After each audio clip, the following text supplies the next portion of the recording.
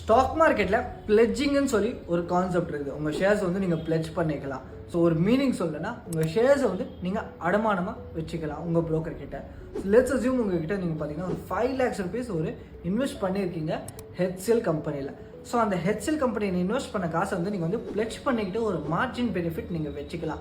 So அந்த margin benefit வச்சு என்னதான் பண்ண போகிறோன்னு பார்த்தீங்கன்னா நீங்கள் வந்து டே டு டே பேஸில் வந்து நீங்கள் வந்து ட்ரேடிங் பண்ணிக்கலாம். ஸோ அதை பற்றி கூட நான் சொல்கிறேன். ஸோ லெட்ஸ் அஸ்யூம் 70% அவங்க பார்த்தீங்கன்னா உங்களுக்கு வந்து மார்ஜின் கொடுக்குறாங்க, 30% அவங்க வந்து ஹேர் கட்டாக வச்சுருக்காங்க.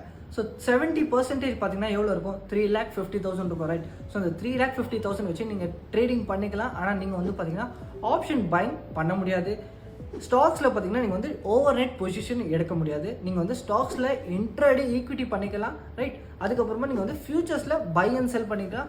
அதுக்கப்புறமா நீங்கள் வந்து ஆப்ஷன் ரைட்டிங் பண்ணிக்கலாம். ஸோ இந்த பெனிஃபிட்டை வந்து நீங்கள் கண்டிப்பாக ஒரு இன்வெஸ்டராக பெரிய இன்வெஸ்ட்மெண்ட் பண்ணியிருக்கீங்கன்னா கண்டிப்பாக நீங்கள் இந்த பெனிஃபிட்ஸ் யூஸ் பண்ணி பிளெட்ஜ் பண்ணிவிட்டு நீங்கள் வந்து ட்ரேடிங் பண்ணிக்கலாம். ஸோ கண்டிப்பாக ட்ரேடிங் வந்து ரிஸ்க்காக இருக்குன்னு சொல்லுவாங்க பார்த்தீங்களா? அந்த இடத்துல என்ன பெஸ்ட் ஆப்ஷன் இருக்கோ பார்த்தீங்கன்னா நீங்கள் வந்து ஆப்ஷன் செல்லிங் ஒரு சிஸ்டமேட்டிக்காக நீங்கள் ட்ரேட் பண்ணி ஒரு ரூல் பேஸ்ட் ஸ்ட்ராட்டஜி வச்சு நீங்கள் வந்து கண்டிப்பாக கன்சிஸ்டண்ட்டாக மந்த் ஆன் மந்த் நீங்கள் ப்ராஃபிட் பண்ண முடியும்.